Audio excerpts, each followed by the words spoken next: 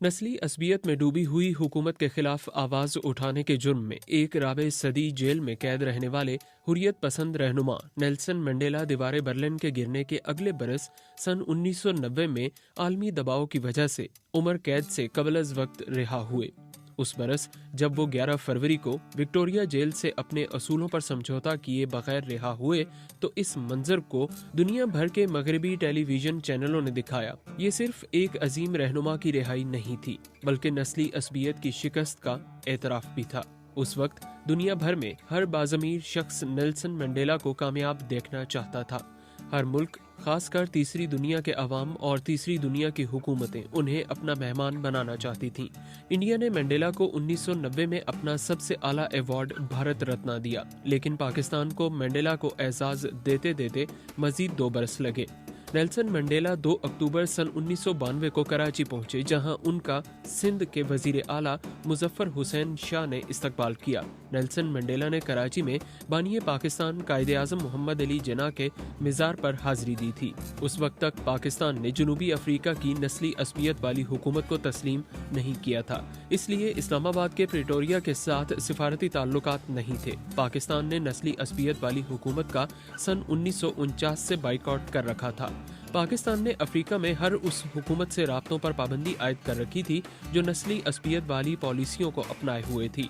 सन 1990 में जिम्बाब्वे में पाकिस्तान के हाई कमिश्नर रिफत मेहदी ने नेल्सन मंडेला से उनके जिम्बाब्वे आने के मौके पर मुलाकात की। इस तरह पाकिस्तान का नेल्सन मंडेला से ये पहला बाकायदा राब्ता था।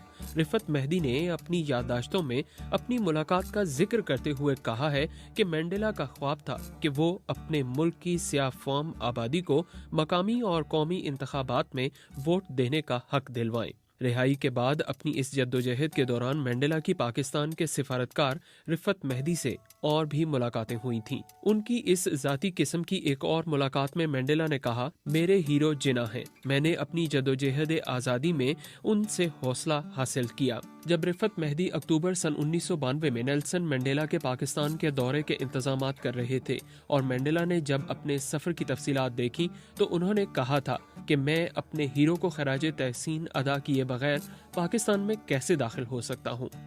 उनके ये अल्फाज जज्बात से खाली नहीं थे। मंडेला ने जिन्ना के मेज़ार पर मेहमानों की किताब में अपने तासुरात दर्ज किए। जिन्ना उन तमाम के लिए हौसला बढ़ाने का जरिया है जो नस्ली और गरोही इम्तियाज के खिलाफ लड़ रहे हैं। लिहाजा उनके सफर की मंसूबाबंदी में तब्दीली की गई और एक नई टिकट बनवाई गई। मंडेला का पाकिस्तान का दौरा अक्टूबर में उस वक्त मुमकिन हुआ जब वो चीन की दावत पर बीजिंग जा रहे थे। पाकिस्तान के हाई कमिश्नर रिफत मेहदी उनसे मुसलसल राब्ते में थे। पाकिस्तान के उस वक्त के वजीर खारजा सरताज अजीज थे। सरताज अजीज बताते हैं कि नेल्सन मंडेला को चीन ने मार्च सन 1992 में दावत दी थी। ये दौरा चीन का तय किया हुआ था और पाकिस्तान ने कोशिश की कि वो चीन जाते हुए पाकिस्तान रुकें ताकि पाकिस्तान भी उस अजीम लीडर की मेजबानी का शर्फ हासिल कर सके।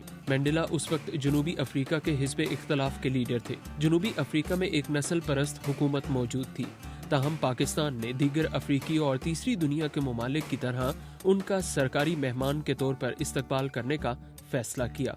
1980 और 1990 की दहाइयां 20वीं सदी के बदलते हुए दौर में इस लिहाज से कदरे बेहतर थीं कि उस जमाने में मगरिब में तीसरी दुनिया के मुल्कों की आज़ादियों के हक में बात करने पर कोई मसला पैदा नहीं होता था। सरताज अजीज कहते हैं कि 1960 और 1970 की दहाइयां एक डीकोलोनाइजेशन का दौर था, जब 60 से ज्यादा ममालिक को आज़ादी मिली थी। तीसरी दुनिया में उन मुल्कों की आज़ादी का जश्न मनाया जाता, जबकि मगरबी मीडिया में उनको बगावत, इश्तराकियत और शोरिशों का नाम देकर पेश किया जा रहा था। इसी पस मंजर में नस्ल परस्ती के खिलाफ तहरीकों को मगरिब के खिलाफ शोरिश समझा गया था। पाकिस्तान के वजीर खारजा सरताज अजीज को नेल्सन मंडेला के इस्तकबाल और दीगर इंतजामात के लिए वजीर मेहमानदारी की जिम्मेदारियां दी गई थीं। कराची आने के अगले रोज नेल्सन मंडेला की उस वक्त के पाकिस्तान के वजीर आजम नवाज शरीफ से भी मुलाकात हुई थी। सरताज अजीज कहते हैं कि कायम मकाम सदर वसीम सज्जाद ने उस मौके पर नेल्सन मंडेला को निशाने पाकिस्तान दिया। 7 बरस बाद दोबारा पाकिस्तान के दौरे पर मंडेला ने कहा, जब मैं पहले आया था तो जनूबी अफ्रीका में जमहूरियत नहीं थी, लेकिन आज हम जमहूरी मुल्क हैं। साबिक वजीर खारजा सरताज अजीज कहते हैं कि मैंने नेल्सन मंडेला में जो अहम बात देखी थी वो ये कि इतनी बड़ी शख्सियत जिसका इतना बड़ा नाम था और इतनी बड़ी जद्दोजहद, वो बहुत ही सादा जिंदगी गुजारते थे, तकब्बुर से बिल्कुल पाक थे। उनसे मिलकर उनसे लगाव पैदा होता था। नेल्सन मंडेला ने पाकिस्तान के पहले दौरे के मौके पर प्रेस से भी बातचीत की थी। उन्होंने हर मौके पर दुनिया में नस्ली असबियत के खिलाफ पाकिस्तानी मौक़िफ़ को बहुत ज्यादा सराहा।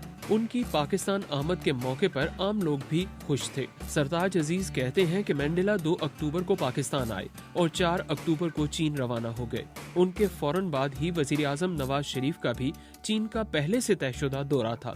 मैं उनके साथ गया। इत्तफाक से जहां हमें ठहराया गया, पता चला कि मंडेला भी वहीं ठहरे हुए थे। पाकिस्तान में उनके दौरे के दौरान मैं इंतजामात में मसरूफ था, लेकिन बीजिंग में हमने 2 मरतबा सुबह सुबह इकट्ठे वॉक भी की थी, जिसके दौरान हमने बहुत सारी बातें की। इस तरह मुझे बीजिंग में उनसे बातचीत करने का ज्यादा मौका मिला। मैंने नेल्सन मंडेला से पूछा कि जब आपको उम्र कैद की सजा मिली तो आपने अपने आप को ज़हनी तौर पर किस तरह मजबूत रखा। नेल्सन मंडेला ने कहा कि अगर आपको अपने मिशन पर यकीन है तो आप में खुद ब खुद हिम्मत पैदा हो जाती है।